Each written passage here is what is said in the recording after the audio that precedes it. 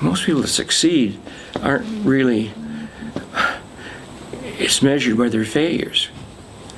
Say that again. Most things that succeed are measured by failure.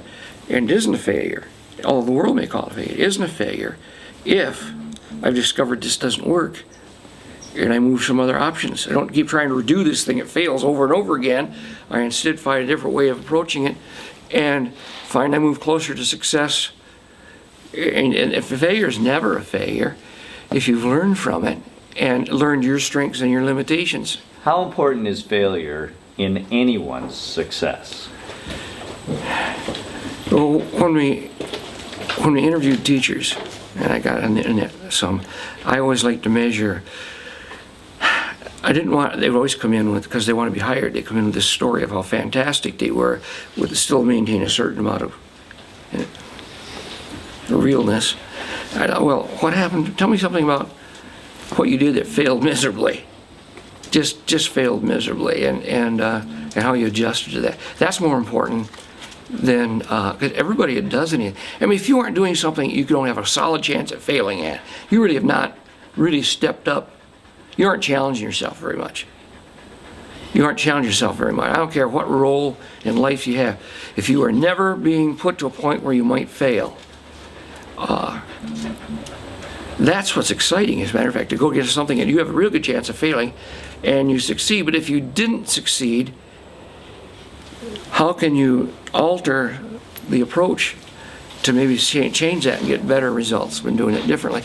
Because I think that, probably one of the failures of managers is not that they aren't strong in their expectations, but they're not strong in recognizing this was a good idea, but it really didn't come across at the end. How can we do to tweak that and make it more usable? Adjust it. Yeah, and I think a good manager, whatever their walk of life they're in, sees past the obvious failure and looks at the method and says, "Whoa, this is great. I wonder if we just tried this with this," and it would, I think everybody comes stronger at that point. So it's actually unrealistic to expect that we're always going to see success. Yeah, we choose our presidents and our elected officials. Quite often, those who tell the biggest story of how successful they aren't real. A lot of times they have trouble with a person who's too airbrushed. How you function when you don't do well is more important than maybe how you function when you've done well. Is a person's character reflected by their successes and failures? Well, probably to some extent, but a lot of people who succeed owe a lot to those who helped them. They would never have got there if this person hadn't helped them. And that person understands that he helped. And that you understand that he's my man. He's the person I need to lean on in these areas because he knows what he's doing there. How many times have you ever seen a potential mentor decline the opportunity to help someone else? I don't think I've ever seen a real mentor who when he saw he could do something to help someone, didn't do it. And he's unworthy of the position of mentor if he is just measuring his success on the total package and takes full credit for it. As a history teacher, one of the strong points about Eisenhower was that he appeared not to be doing anything because he always said, this person did this person did, we were successful because of this. They're the ones that made this successful. And he brings them up to appropriate glory that they deserved.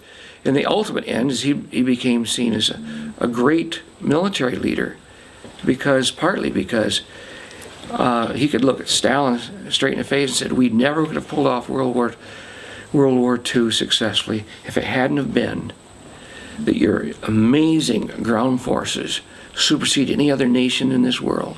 He could say a similar thing to France and the Air Force, and to the Navy, to Great Britain, and the United States basically was second best in all those areas, and they were not the leaders in all those areas. And he was quick and won confidence of all the foreign nations, largely because he was quick to give credit to and I think a lot of leaders nowadays,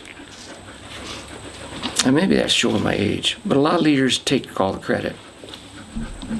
And if a leader today is successful and he deserves a lot of the credits because he knew who to put where.